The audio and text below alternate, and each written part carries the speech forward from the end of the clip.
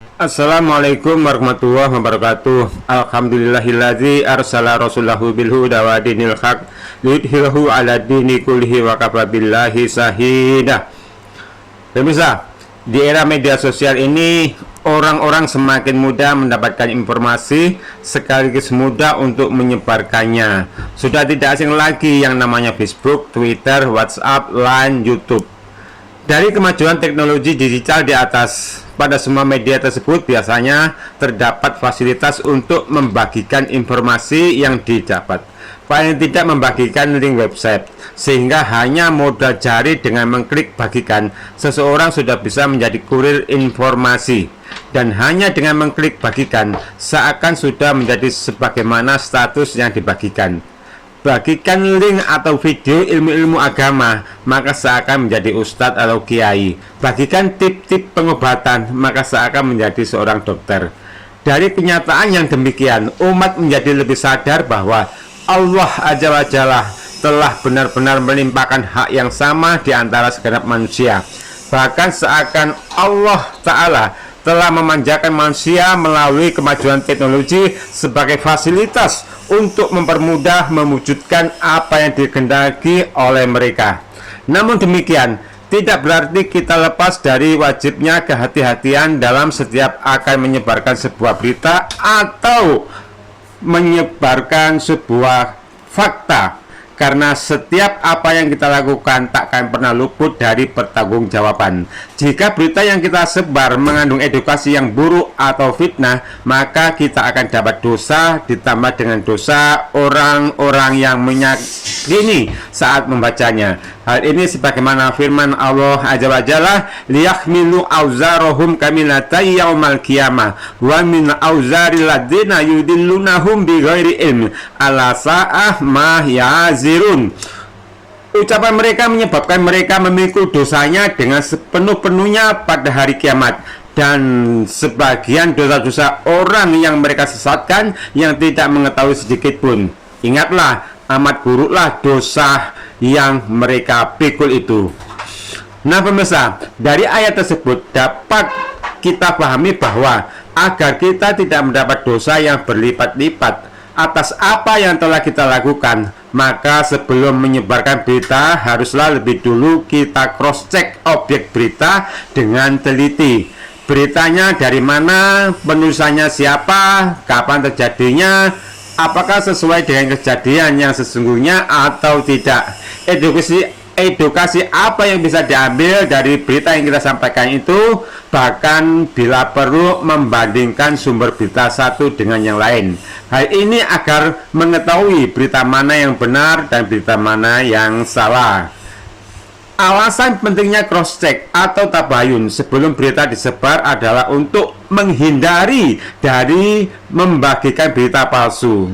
Karena dengan menyebar wejangan yang salah, lalu dengan menyebar berita palsu, di samping kita mendapat dosa yang berlipat-lipat, wejangan yang salah atau berita palsu tersebut juga akan berdampak merusak pemahaman umat dalam beragama. Yang salah akan diyakini benar, dan yang benar akan diyakini salah. Banyaknya wejangan yang salah dan rusak, serta banyaknya berita hoak yang menyebar di berbagai media tidak lepas dari peran penganut golongan yang fanatik terhadap golongan yang berusaha menceritakan sebab baiknya golongannya, padahal kebalikannya, serta dari pembuat berita palsu yang terorganisir. Hal yang seperti inilah yang harus diperhatikan oleh masyarakat agar tidak salah memahami. Bahkan tidak jarang ujaran kebencian menjadi sebuah tren dalam membuat berita hoaks. Atau sebaliknya, sering menyampaikan penjelasan terhadap wejangan yang rusak agar umat dalam beragamanya tidak menjadi terbawa rusak. Itu juga bisa terbalik dituduh menyebarkan ujaran kebencian. Dan itu telah menyebar di masyarakat dan menjadi motivasi trik adu domba. Nah pemirsa, semua apa yang kita berbuat di dunia ini kelak ada hisabnya. Itu yang harus kita pegangin, sehingga kita nantinya akan terpicu kehati-hatian. Di akhirat kelak, pertanggungjawaban yang diminta oleh Allah tidak hanya kepada para ustadz, kiai yang memberi wejangan-wejangan yang rusak tersebut, tapi juga terhadap para pembuat berita beserta siapa-siapa yang menyebarkannya. Allah Azza wa Jalla berfirman, innalladzina ja'u bil ifki usbatun minkum la tahsabuhu sahrul lakum bal huwa khairul lakum likulli imrin minkum maktasaba minal ism walladzina tawalla kibarahu minhum lahu adzabun azim. Sesungguhnya orang-orang yang membawa berita bohong itu adalah kelompok di antara kamu.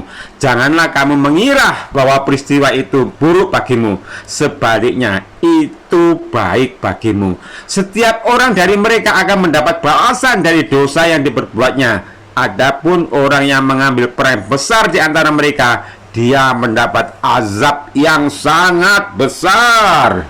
Nah, pemirsa, dari ancaman ayat tersebut, maka tidak sepatutnya bagi umat muslim menyebarkan berita-berita palsu atau berita-berita yang tidak memiliki edukasi yang positif bagi umat. Atau janganlah kita memberi wejangan-wejangan yang berimplikasi membuat akidah umat menjadi rusak.